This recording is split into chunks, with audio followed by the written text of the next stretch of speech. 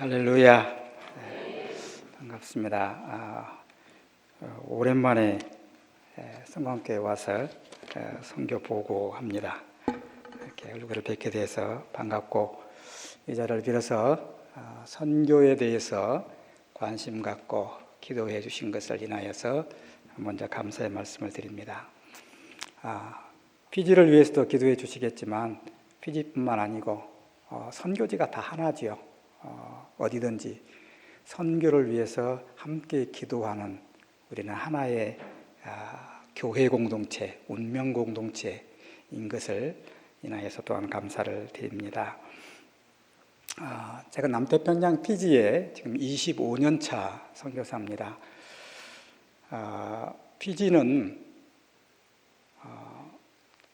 봄, 여름, 가을, 겨울이 있는 것이 아니라 아주 더운 여름과 덜 더운 여름만 있습니다. 그래서 계절이 언제 어떻게 바뀌는지 잘 몰라요. 근데 한국에 오니까 단풍이 들기 시작을 했고, 이 사계절이 분명한 계절에 과일들도 여러 가지가 있고, 물론 좀 과일이 비싸서 쉽게 사 먹을 적은 아니지만, 아무튼 간에 가을이라고 하는 것을 이렇게 느낌이 옵니다. 가을은 좀 시골로 가면 벼가 벌써 누렇게 익어가고 있고, 여러 가지 과실들을 보게 됩니다. 과일 나무들은 그 생김새 과일이 다 다르죠. 사과나무, 포도나무, 하여튼 과일 나무들이 다 다른데 공통점이 있습니다. 모든 과일은 그 과일 나무가 1년 내내 여름 지나고 천둥 번개 지나고 추운 겨울도 지나고 그 1년 내내 그 나무들의 사명은 뭘 만드는 걸까요? 과일을 맺는 건데, 실제는 과일을 맺고자 하는 게 목적이 아니고 씨를 만들고자 하는 게 모든 과실나무의 사명입니다. 사명. 근데 그 씨를 만드는데, 그 씨를 퍼뜨리려면 누가 좀 움직여줘야 돼요. 나무는 못 걸어 다니니까. 그 움직이는 뭔가가 옮겨줘야 되는데, 그래서 과실을 만들어서 사람들이 먹고 씨를 심든지 버리든지 이렇게 해가지고 자기 나름대로 멀리 퍼뜨리는 방법을 하나님께서 이렇게 주신 거란 말이죠.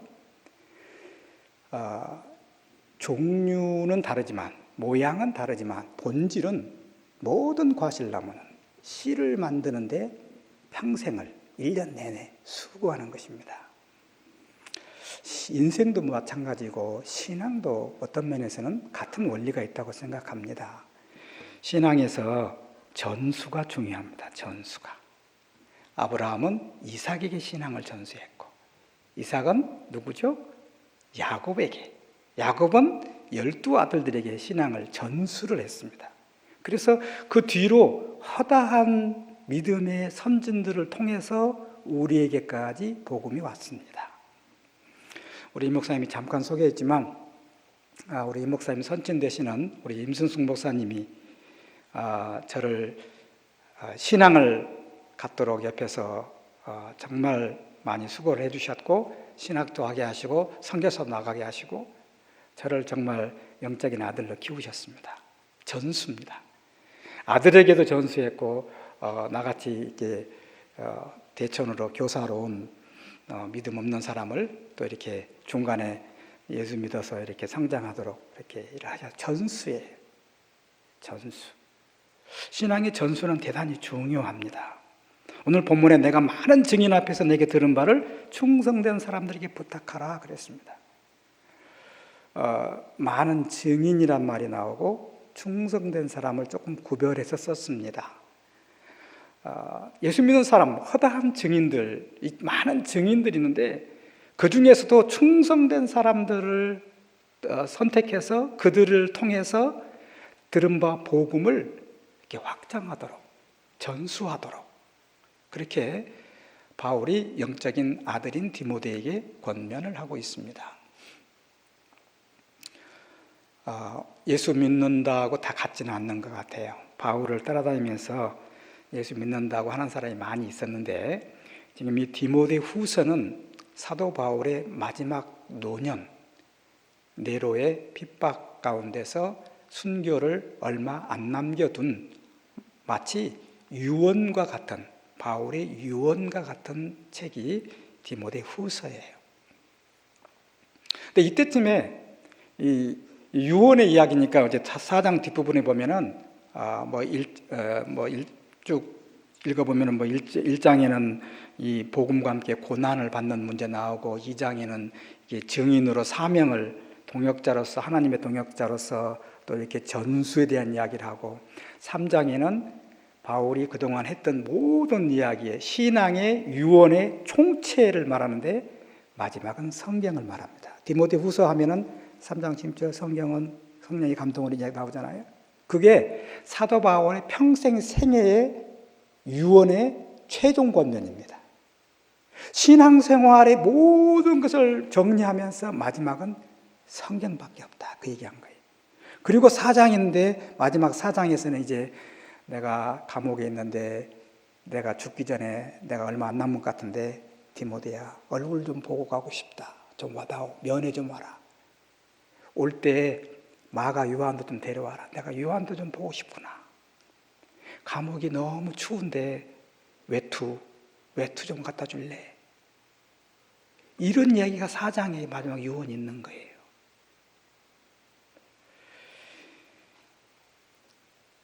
내가 많은 증인 앞에서 내게 들은 바 충성된 사람에게 부탁해라. 이 충성된 사람. 예수 믿는데 바울이 이제 4장에서 사람들 쭉 제자들 이야기를 합니다. 그래서 예수 잘 믿고 잘 따라온 사람도 있지만 너무 핍박이 심하니까 중간에 세상으로 가는 사람도 꽤 많이 보았어요. 세상으로 간 제자들 중에서 대표적인 사람이 데마가 세상을 사랑해서 갔대요. 마음이 아픈 거예요, 바울이. 또 어떤 사람은 예수 믿는다고 하는데 가르침대로 그대로 안 받고 이 복음이 섞여가지고 이상한 교리하고 지금 복음이 정착이 안 된 그런 신앙으로 이상한 거 받아들여가 섞어놨어요. 당시에 사상 철학과 섞어놔가지고 부활도 이건 그냥 신화 같은 이야기, 실제는 아니야. 뭐 이렇게 하면서 엉뚱한 이야기하면서 교회를 흐트러뜨리고 사도 바울의 가슴에 계속 상처를 주는 제자들이 있었다고요. 그 중에 유명한 사람이 후메네오와 알렉산더가 있었어요. 언급하고 있어요, 4장에서 바울이. 예수쟁이라고 하는데도 예수님을 속상하게 만들고 사역자를 속상하게 만들고 옆에 사람들 신앙을 잘못된 대로 이단처럼 이렇게 갈 수밖에 없는 이 가시노릇하는 성도들이 있었단 말이에요. 바울이 너무 가슴이 아픈 거죠. 그들이 사단에게 내어준 바 되었는데 내가 어떻게 할 수 없고 하나님께 난 맡긴다. 하나님께 맡기고 간다. 그런 얘기를 해요. 그러면서 디모데에게 충성된 사람들에게 이 복음을 계속 부탁해서 전수가 세대를 통해서 계속 일어나는 것, 이게 신앙이고 이거 중요하다. 전수가 계속 일어나야 된다. 충성된 사람들한테 부탁하라고 그랬어요. 우리가 헌신 예배 때 충성에 관한 이야기, 헌신에 관한 이야기 많이 하는데 여기서 충성은 꼭 열심히 힘을 다해서 주님을 섬기는 것도 충성이겠지만 요한계시록 2장 10장에 보면은 죽도록 충성하라. 그리하면 뭘 주겠다? 생명의 멸류관을 주겠다 그랬어요. 근데 요한계시록 2장 10절에 나오는 그 충성 앞에를 읽어보니까 딴 얘기가 아니고 많은 고난이 있을 텐데 중간에 세상으로 안 가고 중간에 엉뚱한 짓 안 하고 끝까지 복음을 들고 믿음을 지키는 것이 충성이라고 그렇게 사도 요한은 얘기하고 있어요. 충성은 지키는 거다. 바울도 디모데 후서에서 4장에서 그런 이야기를 마지막에 자기 이제 권면할 걸 권면을 다 하고 자기 고백을 합니다. 나는 선한 싸움을 다 싸우고 나의 달려갈 길을 마치고 믿음을 지켰으니 후로는 나를 위하여 의의 면류관이 예비되었다. 그런데 이것은 나만을 위한 것이 아니라 나처럼 끝까지 믿음을 저버리지 않고 믿음을 지킨 모든 믿는 자에게 주시는 의의 면류관인 것을 내가 확신한다. 자기 얘기만 한 것이 아니라 하나님께 면류관 상급을 받을 신실한 제자들을 생각하면서 고난 중에도 기쁨으로 고백하는 거예요. 바울이 신앙을 그렇게 마지막에 정리하는 겁니다. 그의 유서의 마지막 부분에 신앙을 정리하기를, 신앙은 달리기다. 내가 달려갈 길을 마쳤다. 인생도 달리기입니다. 그런데 세상도 어떻게 보면 달리기예요. 어떻게 보면 생존 경쟁이 치열한 달리기인데, 사도 바울이 말하는 신앙의 달리기는 세상의 달리기와 성질이 달라요. 세상은 어떤 달리기냐면 1등하는 달리기예요. 반에서 1등해야 되고, 전교에서 1등해야 되고, 인류학교에 들어가야 되고, 직장도 인류로, 그리고 직장에서 안 떨어지려면 계속 1등해야 돼. 피곤해. 생존 경쟁의 인생의 달리기는 피곤합니다. 힘듭니다. 그런데 바울이 말하는, 나는 일생 신앙으로 달려왔다. 그런데 바울이 말하는 달리기는 1등하는 달리기가 아니에요. 마라톤에서 완주하는 달리기입니다. 시기할 게 없어요. 나보다 더 충성하거나, 나보다 더 열심히 한다든가, 나보다 더 사역자들한테 예쁨을 받는다든가, 시기할 게 없어요. 우리는 다 함께 중간에 포기만 안 하면 돼. 끝까지 믿음으로 완주만 하면 되는 거예요. 함께 가는 거예요. 손잡고 함께 가는 거예요. 경쟁할 거 없어요. 우리는 하나님 앞에 특별하게 의의 면류관 받을 자들로 부름받아서 중간에 낙오만 하면 돼요. 데마처럼 세상으로 돌아가지만 않으면 돼요. 후메네오나 이 알렉산더처럼 엉뚱한 거 받아들여가지고 이단에 안 빠지면 돼요. 다른 사람들 속 썩이지 않고 믿음 안에 나만 잘 붙어 있으려고 믿음으로 기도하며 붙어 있는 싸움, 가지가 포도나무에 붙어 있는 것처럼 그 싸움하는 사람을 성경은, 오늘 바울은 충성된 사람이라고 명명을 한다는 말이죠. 유명한 사람이 충성된 사람이 아닙니다. 같이 믿음 안에 있으면 충성된 사람이에요. 그런데 어떻게 이 전수를 잘 이렇게 할 수 있느냐? 많은 사람 앞에 충성된 사람들에게 이 복음을 전수하려면 어떻게 해야 되느냐? 그 방법이 1절에 나타내는 표현대로 한다면, 내 아들아, 그러므로 너는 그리스도 예수 안에 있는 은혜 가운데서 강하라. 전수를 하려면 뭐 해냐면 은혜 가운데서 강해야 된대요. 은혜라는 말 바울이 참 좋아해요. 바울 쓰신 인사말에는 꼭 은혜를 쓰잖아요. 저도 은혜를 좋아해요. 은혜가 뭐냐고 물어보면 대답하기 참 어려워요. 그냥 은혜는 은혜지 뭘 설명하기는 어려워. 그런데 은혜란 말은 참 좋아요. 은혜. 은혜는 선물이죠. 은혜는 예수 그리스도죠. 은혜는 복음이죠. 은혜는 그냥 자격도 없는데 그냥 받는 거예요. 은혜가 좋아요. 그런데 은혜 속에서 강해야 믿음을 끝까지 지킬 수 있고 전수의 사명을 다할 수 있다 이거예요. 우리는 그냥 그럭저럭 예수 믿는다는 이름만, 무늬만 가지고 살다가 가면, 천국 가면 땡인 것이 아니고, 하나님 앞에 자녀로 부름받을 때 하나님의 동역자로 동시에 부름받습니다. 고린도전서 3장 6절 이하에 보면 아볼로는 누구는 씨를 뿌리고 누구는 물을 주고 이렇게 역할이 달라요. 그런데 자라나게 하신 이는 누구라고요? 하나님이시다. 그래서 너희는 하나님의 동역자들이요, 하나님의 밭이요, 하나님의 집이요, 그렇게 표현을 했어요. 우리는 동역자예요. 하나님의 동역자. 목사님하고 구역장님, 이 전도사님만 동역자가 아니라 모든 성도는 초신자들일지라도 하나님의 자녀로 부름받을 때 이미 하나님의 동역자로 동시에 부름받은 줄 믿습니다. 그것이 하나님의 증인으로서의 삶을 살도록 우리에게 요구하는 거예요. 근데 어떻게 증인으로 사느냐? 어려워요. 특별히 이 시대를 보면 지금 바울은 그냥 위로하는 차원이 아니에요. 이 이야기가 바울의 유언이고 바울의 육성입니다. 몸으로 하는 이 이야기입니다. 엄청난 핍박이 있어요. 우리가 아는 대로 로마 시대에 지금 이 시대가 이 디모데 후서를 쓴 시대가 네로 황제 핍박 시대인데, 그 핍박 시대에 성도들이 어떻게 살았어요? 크리스찬들이 붙잡히면, 예수 믿는다고 발각되면은 십자가에 죽거나 동물의 먹이가 잡혀 먹거나 뭐 하여튼 죽는 거예요. 죽는 거예요. 그래서 도망치며 살았어요. 도망치다가 쫓아오는 군인들이 못 쫓아오는 영역이 있었는데 거기가 카타콤이에요. 카타콤은 무덤입니다. 무덤. 카타콤은 동굴이에요. 밑에 그냥 수도 없이 미로예요. 한번 들어가면 못 나와요. 잘못하면. 그런데 그 동굴인데 그 동굴 벽에 지나가는 이 사람이 이렇게 한둘 지나가게 되어 있는 벽에 옆에를 조금 더 파가지고 시체를 놓고 위에다가 또 파가지고 벽장처럼 시체를 올려놓고 그러니까 시체 투성이에요. 그 안에는. 근데 거기서 사는 거예요. 거기는 안 쫓아오니까. 그러니까 낮에 햇빛을 보지 못해. 나오면 붙잡힐까 봐.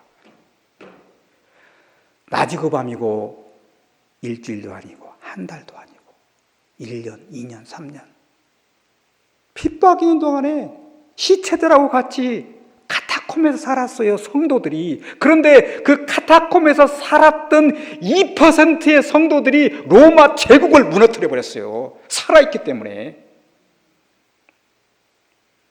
여러분 참 살기 힘들다는 이야기를 종종 듣습니다. 경제적으로, 사회적으로, 또 시대적으로 너무 살기 어렵다.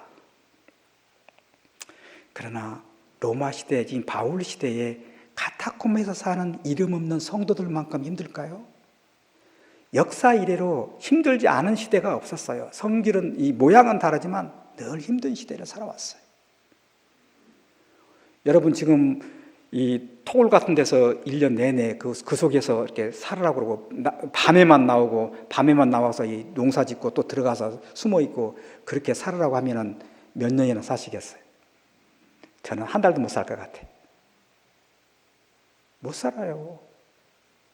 아무도 못 살아요. 그래서 바울이 권면합니다. 충성된 사람들에게 부탁해서 복음을 변질하지 않으려 끝까지 붙들고 승리하는 데는 비결이 있어야 되는데 은혜 속에서 강해라. 그렇지 않으면 그렇게 살 수 없다예요. 은혜가 없으면 대마처럼 나갈 것이고 후메네오나 알렉산더처럼 엉뚱한 데로 빠질 거예요. 오늘 우리 시대도 마찬가지입니다. 우리는 뭐 카타콤에 들어갈 일은 없어요. 뭐 정부에서 예수 믿는다고 잡아가는 것도 아니고. 그러나 어떻게 보면은 오늘 우리의 삶도 카타콤 비슷해요. 앞뒤가 잘 안 보이는 시대 가운데서 병마와 사회적인 불안과 미래의 불안과 여러 가지 자연재해와 이런 상황 가운데서 어떻게 보면은 우리도 그냥 그 땅굴 속에 미로 사는 것처럼 힘든 이 세상 가운데 살아가고 있다고요. 어떻게 살 거예요? 이 시대에 어떻게 믿음을 지킬 거예요?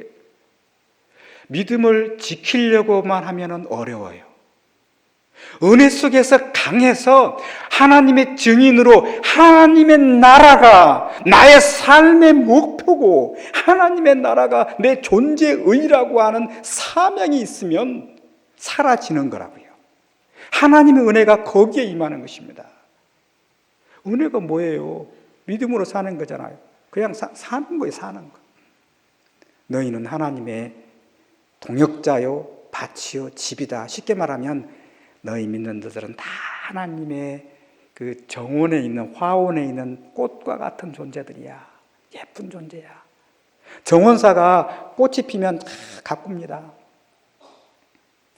하나님은 도로 모퉁이에서 숨어서 이 스피드건을 쏴가지고 이 딱지 띄는 경찰관이 아니라고요. 뭐 잘못하나 딱 보고 있다가 속도 위반, 차선 위반 해가지고 스티커 준비하고 있다가 딱 잡아가지고 이거 띄는 그런 경찰관이 아니라고요. 하나님은 우리가 꽃이래요. 아무것도 안 하는데도 믿음 하나 지키고 하나님 나라 보고 살아가면 나의 동역자를 내가 의의 면류관을 너희를 위해 준비했다고 말씀하시는 거예요. 자녀니까 좋은 것을 주려고. 여러분 자녀가 좀 부모 속썩였다고 막 호적 팥버리고 막 버리고 막 그래? 조금 잘못해도 저거 철이 없어 그래. 나이 들면 알아. 부모 돼보면 알아. 뭐 그렇게 얘기하잖아요. 하나님은 경찰관이 아니라 아버지라고요. 그 아버지 안에 사는 거예요. 믿음은 이제 그냥 사는 거라고요. 은혜로. 은혜가 뭡니까? 그리스도예요. 십자가예요. 하나님의 나라가 내 삶의 목적이라고 생각하며 그 십자가가 갖는 의미, 왜 하나님은 아들을 십자가에 내줄 수밖에 없었나? 그것이 마음에 와닿는 사람. 왜 나는 죄인인데 하나님이 나 같은 사람을 하나님 백성으로 삼아 주셨을까? 저는 성경 읽다가 좀 이해가 안 되는 부분이 하나가 있었는데, 사도 바울의 고백 중에서 나는 죄인 중에 괴수다. 저는 속으로 내가 겸손도 떨도 너무 떨었네. 사도 바울이 죄인의 괴수면 우리는 뭐야? 사도 바울을 뒤꿈치도 못 따가는 우리는 뭐 죄인의 괴괴수는 되나? 저 혼자 속으로 그랬어요. 그런데 나중에 깨닫고 보니까 그 말씀은 죄를 더 많이 졌다는 얘기라기보다는 그만큼 은혜를 받았다는 표현인 거예요. 하나님의 은혜가 빛처럼 우리 가운데 오면 내가 얼마나 죄인지를 깨닫게 되고, 하나님의 은혜가 내가 깨달아지면 내가 얼마나 아무것도 아닌 존재인지를 발견하게 된다고요. 우리 기도하시는 분이 그런 기도 잠깐 했는데, 우리가 형편없는 존재인 것을 발견하는 것은 은혜로 가능한 거예요. 은혜가 오면 I am nothing. 하나님, 나는 아무것도 아닙니다. 하나님의 돕는 손길이 없으면 저는 한 걸음도 앞에 나갈 수 없습니다. 자녀 문제, 건강 문제, 미래 문제 캄캄합니다. 저 능력이 없는데 주님께서 나를 붙잡아 주지 않으면, 은혜 주지 않으면 난 못 살아요. 은혜 달라고 울며 부르짖는 그 마음, 그게 은혜고 십자가고 복음이죠. 그 안에 사는 거예요. 그 은혜, 그것이 나를 그렇게 하신 것은 하나님의 증인으로, 하나님의 동역자로, 하나님의 나라를 향해서 그것이 내 존재의 목적이라고 하는, 아니 하나님의 나라를 위해 산다고 해서 다 같이 다 목사 되고 다 선교사 되라는 얘기입니까? 아니에요. 제가 앞에 서두에 말씀드렸죠. 과일의 목적은 씨예요. 동역자요, 증인이요, 열매 맺는 거예요. 그러나 모양은 다 달라. 포도가 다르죠. 복숭아, 사과 다 달라요. 우리의 삶의 자리에서 나름대로 받은 은혜 가운데서 우리의 삶의 형편처지에서 우리의 내적인 목표가 하나님의 나라가 돼야 돼요. 포도처럼 살 수 있고 사과처럼 살 수 있는데 그건 모양이 달라요. 그건 뭐 선교사, 목사 이 얘기가 아니에요. 우리의 내면에 하나님 앞에 단독적으로 할 수 있는 말이 무슨 고백이냐는 거죠. 주님의 십자가가 얼마나 감사한지. 우리 큰 임 목사님이 새벽기도 나가면 가끔 이렇게 늦게까지 기도하시는 사람들한테 이렇게 안수기도 좀 해주셨어요. 은혜가 어떻게 임하는지. 목사님이 십자가 얘기만 해서 저는 눈물이 났어요. 그 당시에 이제 저는 중간에 예수 믿었어요. 군대 제대하고 나서 제대로 믿어가지고 중간에 예수 믿어가지고 십자가 얘기만 나오면 막 눈물이 나왔어요. 처음에는 왜 나온지도 모르겠어요. 그냥 눈물이 났어요. 나 같은 사람을. 우리 사모님이 그 당시에 저랑 같이 같은 학교 교사였는데, 교회에서는 저는 고등부 지도교사하고 우리 사모님은 중등부 지도교사를 맡았어요. 그런데 중등부 학생들, 고등부 학생들이 어떻게 이렇게 기도를 잘하는지 모르겠어요. 그건 저는 초신자인데 그냥 나이가 많다고 그냥 기도교사 시켰어요. 그랬더니 이제 설교는 일주일 내내 학교에서 수업 준비하듯이 준비를 해가지고 설교 준비를 했어요. 그때는 전도사가 없으니까 이제 기도교사가 설교까지 합니다. 예배드릴 토요일 날. 그 준비를 했는데 그거야 뭐 내가 준비했으니까 말은 할 수 있는데, 끝나고 나서 1분 기도를 했는데 1분 기도를 못 하겠어요. 설교 내용 가지고 마지막 기도를 해야 되는데 기도가 말이 안 돼. 내가 들어도 이게 동서남북이 어떻게 되는지 줄거리가 안 서는 거예요. 처음에 창피하더라고요. 이 설교를 듣는 우리 학생들은 기도를 너무 멋있게 잘, 은혜스럽게 잘하는데 설교하는 나는 왜 기도도 못해? 1분짜리 기도도 못해? 막 그랬어요. 그리고 어느 순간에 성령께서 기도 좀 못하면 어때? 큐티할 때 받은 말씀, 주님 경험한 거 그거 나누면 되지. 기도 못하는 게 어때? 그 생각이 드니까 창피가 사라졌어요. 애들 앞에서 학교 가면 거룩한 선생님이지만 교회 오면 우리 교회 학교 이 학생들 앞에서 그냥 울고, 그래도 창피가 없더라고요. 지금 같으면 창피했을 것 같아요. 그때는 그냥 뭘 몰라가지고 창피를 몰랐어요. 막 뜨거워가지고. 은혜 안에 사는 거. 십자가 안에 사는 것. 나 같은 사람은 왜 구원해 주듯이? 하나님의 은혜가 쏟아지니까 바울이 자기의 약함과 자기의 죄악됨을 보니까 나는 죄인의 괴수입니다. 과장이 아니라 정말 자기는 죄인의 괴수라고 하는 자기 절망과 자기 죄악됨을 깨달으면서 고백하는 말이에요. 나는 죄인의 괴수로다라고 하는 말 속에는 너무도 은혜가 큽니다. 하나님 감사합니다. 그게 담겨 있는 말이라고요. 교만한 사람은 은혜가 못 받아서 그렇죠. 그러니까 은혜 속에서 강해라. 디모데후서를 쓰고 있는 바울, 처음에 우리가 아는 대로 1차, 2차, 3차 전도 여행하고 예루살렘에 보고하러 왔다가 붙잡혀가지고 가이사랴 빌립보에서 2년 있다가 로마에 항소해가지고 로마 감옥에 와서 2년 있으면서 옥중서신을 쓰죠. 옥중서신이 몇 권이죠? 4권.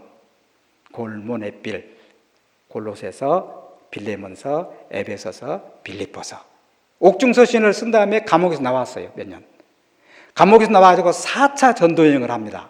그때 쓴 서신이 목회서신이에요. 디모데전서, 또 디도서 이런 것들. 그리고 또 붙잡혔어요. 근데 그때 옥중서신을 썼을 때만 해도 감옥이 좀 심하지 않는 그냥 괜찮은 연금 상태 준하는 그런 감옥에 좀 마음대로 누가 방문해도 접견할 수 있는 그런 데 살았어요. 그래서 성경도 가르치고 감옥에 있으면서 복음도 전하고 뭘 했단 말이죠. 근데 두 번째 붙잡혔을 때는 아주 악명 높은 마멀틴 감옥에 감옥 생활을 시작합니다. 그 마멀틴 감옥의 마지막 그 비참한 악명 높은 감옥에서 디모데 후서를 쓰고 그리고 순교합니다. 마멀틴 감옥을 제가 로마를 거기를 가보고 싶어가지고 소원해서 한번 하루 갔었어요. 근데 그 관광 하는 데가 마멀틴 감옥은 빼고 바울의 마지막 순교지 로마시 외곽에 있는 트레폰탄이라고 하는 그 외곽 순교지, 우리로 하면 절두상 같은데 거기는 이 관광지로 이렇게 순회 차가 관광버스가 가는데 마멀틴 감옥은 안 가요. 그리고 가이들 중에서 마멀틴 감옥 잘 몰라요. 바울이 갇혔던 그 감옥. 로마의 상징은 콜로세움인데 콜로세움에서 멀지 않는 곳에 마멀틴 감옥이 있어요. 지금 기념교회가 구교가 캐톨릭 기념교회가 있는데 기념관이 있고 그 감옥에 이제 들어가면 입장도 비싸고 태블릿 하나 주고 설명도 안 해요. 태블릿 하나 주고 거기 다 자기가 알아서 찾아보라고 그렇게 한다고요. 거기서 바울이 있으면서 디모데 후서를 기록하게 되는데 바울이 이 은혜라고 하는 말이 편지를 서신을 쓸 때마다 은혜를 말했지만 마지막 죽음을 앞두고 바울의 은혜는 또 다른 은혜예요. 이것은 말로 입으로 하는 위로의 은혜가 아니에요. 몸으로 고백으로 삶으로 평생을 고난 가운데 고백하는 은혜예요. 은혜 속에서 강하지 않으면 끝까지 복음을 들고 승리할 수 없다라고 하는 그의 고백이었던 거예요. 선한 싸움을 싸우고 달려갈 길을 마쳤다. 달리기. 신앙은 방향성이 중요합니다. 방향성. 달리기는 방향이 중요해요. 엉뚱한 데로 반대로 간다고 옆으로 그냥 줄 쳐놓은데 옆으로 지나가 들어가 버리면 안 돼요. 방향성이 중요합니다. 하나님 나라라고 하는 방향성을 가지고 하나님의 동역자여 증인으로 사는, 사도행전은 성령과 증인이란 두 단어로 요약할 수 있어요. 증인으로 사는 거예요. 증인으로 산다고 해서 그냥 직장 다 그만두고 그냥 날마다 전도지 갖고도 전도하는 그 얘기가 아니에요. 어떤 형태로든 하나님 나라를 위해 살고 그 안에 사는 거예요. 믿음으로 은혜로 사는 것은 사나 죽으나 살아도 주를 위하여 죽어도 주를 위하여 그렇게 살아요. 그러면 죽음을 초월하는 거예요. 그렇게 사시기 바랍니다. 예. 능력이 없으면 없는 대로, 부족하면 부족한 대로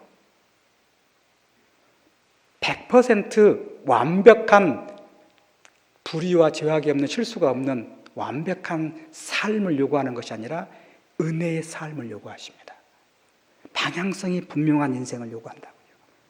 방향성이 분명하면은 경제적인 문제, 건강의 문제, 미래의 문제, 자녀 문제 모든 문제를 뛰어넘을 수 있는 줄 믿습니다. 카타콤의 그 동굴 생활도 능히 견딜 수 있는 은혜가 생기는 줄 믿습니다. 환경이 어렵다고 말하지 마시고 내 안에 은혜가 부족하다고 말하고 더 꿇어엎드려 부르짖어 기도함으로 내 안에 은혜가 차올라서 그 모든 장애물들을 다 뛰어넘으시기를 바랍니다. 사실 선교사는 설교하는 게 아닌데 선교보고 하는데 좀 설교 서론적으로 하다 보니까 좀 길었습니다만은 선교보고를 좀 간단하게 하겠습니다. 선교사가 선교지에서 얼마나 훌륭한 일을 많이 했나, 이건 선교보고가 아니에요. 하나님의 나라가 국내든 국외든 우리의 모든 것인 거예요. 하나님의 나라, 누구는 씨를 뿌리고 누구는 물을 주고 그랬는데 여러분이 물을 주고 여러분이 씨를 뿌리고 또 제가 물을 주고 여러분이 또 씨를 뿌리고 다 같이 비슷하게 했어요. 어떤 때는 씨를 뿌리고 어떤 때는 물을 줘요. 그런데 자라나게 하시는 이는 하나님이라는 이게 중요한 거예요. 국내에서 우리의 가정 안에서 우리의 이 믿음의 현장 삶의 일상 속에서 선교지에서 누가 무엇을 했냐는 절대 중요하지 않아요. 뭐가 중요해요? 자라나게 하시는 하나님이 자기의 동역자들을 어떻게 들어 사용하시고 하나님의 나라를 계속 붙들고 가시는지, 하나님의 나라를 이끌어 가시는 그 현장, 그 사건을 목격하고 함께 아멘할 수 있는 게 그게 우리의 공동체라고요. 특별한 공동체라. 세상이 알지 못하는. 그 어떤 면에서는 믿는 사람들은 그 당시 로마 시대에 카타콤에 사는 사람도 그렇게 보였겠지만 세상 사람들에 대해서는 우리 믿는 자는 사실은 바보들이에요. 바보들. 한번 따라서 하겠습니다. 믿음은 바보들의 행진이다. 바보들이에요. 세상에 보면. 여러분 교회에 오면 뭐든지 하나님이 다 범사를 축복해 주실 걸 믿고 신앙생활 하는 거 아니에요. 범사를 축복해 주시는데 우리가 생각하는 식의 축복이 아니고 하나님 방식의 축복일 때가 많죠. 어떻게 보면 세상이 보기에는 바보들의 행진이에요. 그래서 동물의 밥이 돼가지고 죽는 거지요. 그 콜로세움에서 이 야간 경기를 하는데 그럴 때는 그냥 산 사람을 벽에다 걸어놓고 불을 태워가지고 그 기름이 타가지고 불을 밝혀서 그렇게 죽어간다고요. 짐승의 옷을 뒤집어 씌워놓고 그리고 다른 짐승이 물려 죽게 만들고 그리고 사냥하는 그런 쇼를 하면서 사람을 이 가죽을 덮어 씌워놓고 사냥하듯이 동물 죽이듯이 병사들이 찔러 죽이고 바보들 아니에요?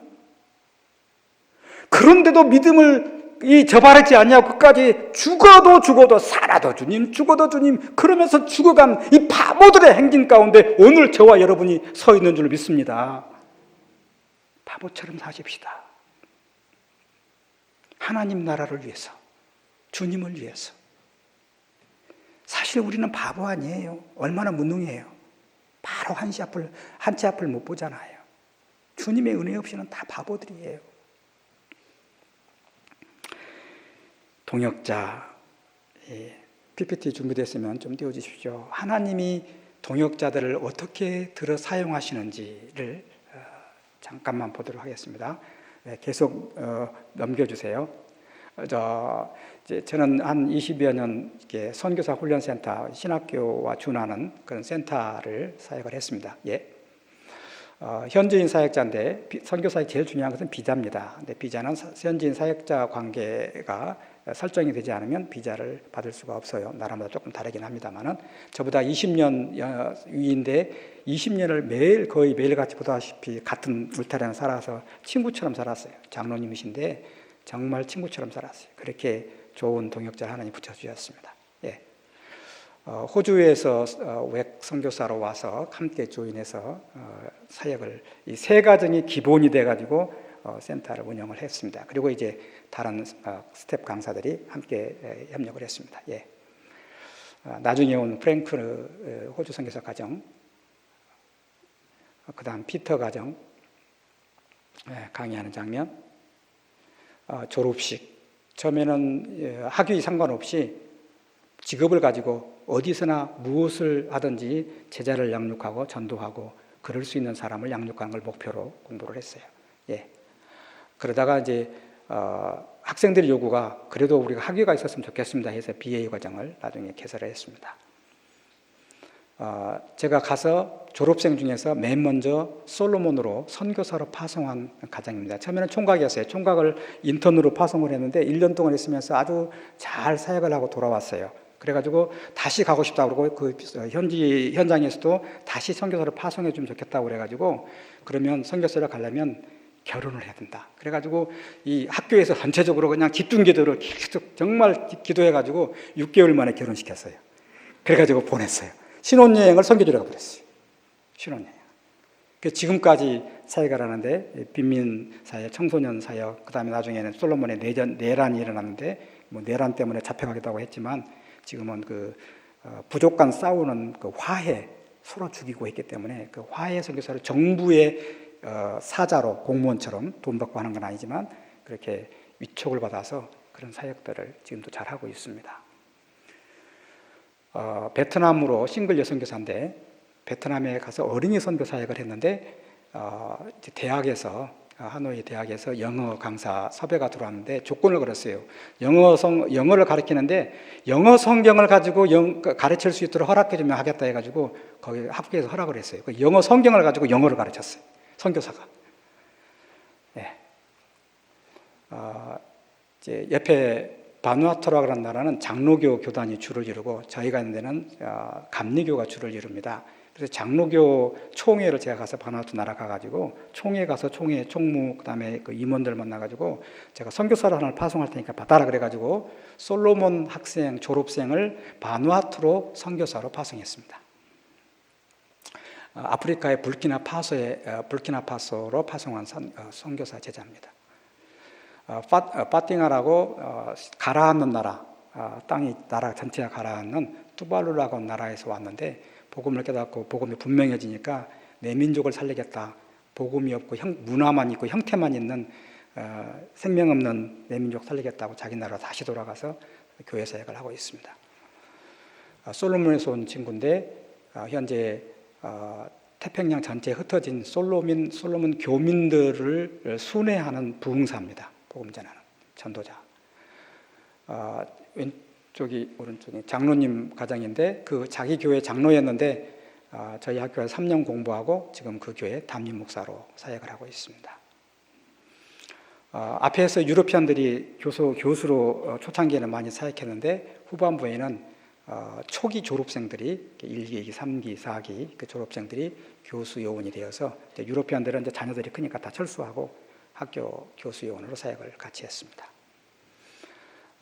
피지는 절반은 인도인이고 절반은 피지 원주민인데 사탕수 노동자로 피지에 왔던 인도인들 다 대부분 힌두교고 한 20% 정도가 회교입니다. 이슬람입니다.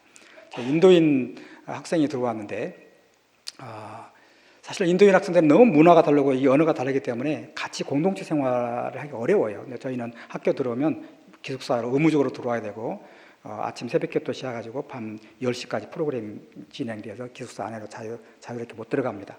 그런 상황인데 인도인 학생이 졸업을 했어요.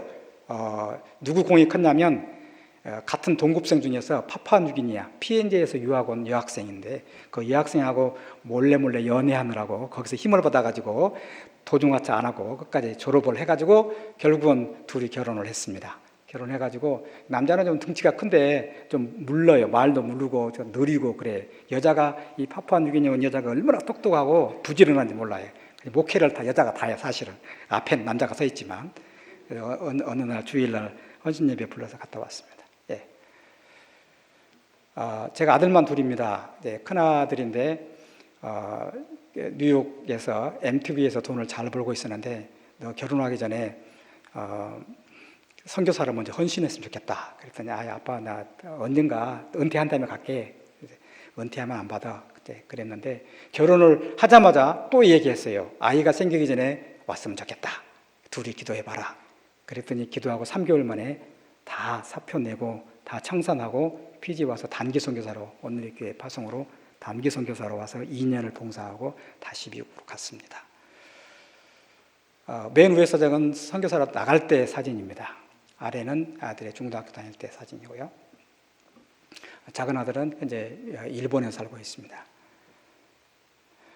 인도인 졸업생 중에서 제일 먼저 졸업한 학생인데 부부가 들어와서 부부가 다 공부를 같이 하고 졸업을 했어요. 그래서 인도인 사역자들이 피지안들하고 같이 이 사역을 하는 게 좀 어려워요. 여러 가지 문화적인 어떤 차이나 이런 것 때문에. 그래서 저 학생 때문에 제가 인도인 교회 개척 사역을 동시에 사역을 병행해서 제가 처음에 한 주에 매주 설교하다가 한 달에 한 번 설교하다가 그리고 행사 때만 설교하고 사역자를 계속 세우는 그런 교회 개척 사역을 병행했습니다. 예. 여전도 회원들, 예. 침례를 세례를 주는데 이제 우리처럼 그냥 이렇게 안에서 주는 실내에서 하는 게 아니고 거기는 더우니까 그리고 뭐 겨울이 없으니까 1년 내내 아무 때나 나가면 그냥 걸어가서 바닷가 가서 그냥 세례 좀 되니까 바다가 사방에 다 있으니까 그래서 모든 교파가 다 저렇게 침례를 줍니다. 그래서 저는 장로교 목사지만 선교사로서는 저렇게 침례를 줄 수 있도록 총회가 허락을 해서 침례로 세례를 주었습니다. 예. 예. 두 번째 교회 사역자, 현재 교회 파스타 가족입니다. 예. 다른 지역에 또 교회 어떤 시골 교회가 헌금해서 인도인 교회를 세웠습니다. 헌당식 하는 장면. 그 헌당식을 하면서 졸업생 하나를 현지인 사역자로 제가 훈련하도록 네가 좀 현지인 전체를 좀 신방하고 맡아라. 전체적으로 제가 이제 같이 동역을 하면서 총각인데 솔로몬에서 온 학생이에요. 그런데 솔로몬에서는 예수를 모르는 사람을 만나본 적이 없어요. 근데 피지에 오니까 인구 절반이 예수를 전혀 모르는 인도인이에요. 인도인 동네에 축구전도하고 노방전도 갔더니 얘가 그냥 너무 충격을 받았어요. 그래가지고 나 인도인 선교 헌신하겠다고. 그 인도인 선교 헌신하려면 인도 여자하고 결혼해야 돼. 제가 조건을 걸었어요. 그래가 또 기도했죠. 아직 선교사는 결혼 기도를 많이 해야 돼. 그래가지고 앞에 그 세례 받을 때 제가 그쪽 다른 쪽 교회에 처음 세례자 중에 고등학생 여학생이 있었어요. 그 여학생이 대학을 졸업했어요. 그 여학생하고 결혼을 시켰어요. 그래가지고 인도인 사역을 잘 하다가 본국에 가서 또 코올이 와서 본국 가서 교회인데 솔로몬에서 수도에서 제일 큰 교회, 호니아라에서 제일 큰 교회 장년이 600명이 넘고 청년만 200명이 넘습니다. 당회장 목사입니다. 지금 아주 훌륭하게 사역을 잘하고 있습니다. 그 두 번째 교회의 현재 사역자 과장입니다. 다른 몇 군데의 교회를 또 개척했는데 사역자들은 그 교회 개척을 통해서 많이 성장을 하는데 교회 건물이 안 쓰니까 자립을 못하고 문을 닫는 그런 교회들도 많이 생겨났습니다. 건물이 중요하지 않지만 그래도 건물이 안 중요한 것도 아니에요. 건물이 있으면 좀 더 오래 갈 수 있다는 생각을 해봤어요. 예. 넘겨주시고요. 제가 본부 선교사로 1년 와 있다가 다시 들어가면서 학교를 이양을 하고 이제 그 옆에 있으면 또 이렇게 누가 와서 뭐 하면 아무래도 좀 마음에 좀 시끄러울 것 같아서 아예 반대쪽으로 가서 정착을 해서 새로운 사역을 했는데 제가 성경 읽어지는 전문 강사로서 훈련을 받고 먼저 피지에 와 있는 초교파적으로 한 30가정 정도가 있는데 그 선교사님들을 내가 좀 세워야 되겠다, 섬겨야 되겠다 해가지고 구약 일주일, 신약 일주일 집중 세미나를 이렇게 계속해 나갔습니다. 예. 예, 다음 그림. 현지인들은 일주일에 한 번씩 목회자들 또 졸업생들을 성경 공부하면서 목회 지도를 하고 있고요. 또 필요에 따라서는 성경 그 과정들을 또 하고 있습니다. 다 목사들입니다. 현지인 목사들 집중 교육 끝나고 사진 찍었습니다. 예. 예, 기도 제목 읽어 보시고요. 우리 모두는 각자 나름대로의 어떤 구간을 달리게 돼 있어요. 다른 사람하고 절대 비교할 것 없어요. 크게 같이 1등할 것도 없고 성공하기 위해서 유명해질 것도 없고 내게 주어진 그 구간, 그 릴레이 하던 릴레이, 바톤 타치하는 내게 주어진 기간만 성실하게 이름 없이 할 일을 다 하면 돼요. 구역장 안 돼도 되고 집사님, 권사님, 장로님 안 돼도 사실은 괜찮아요. 되면 더 좋지만 안 돼도 괜찮아요. 어떻든 하나님의 나라를 위해서 주어진 구간을 달리고 나는 하나님의 나라가 목적이지 직분이 내 목적은 아니야 라는 생각을 하시면 하나님이 기뻐하실 줄 믿습니다. 예.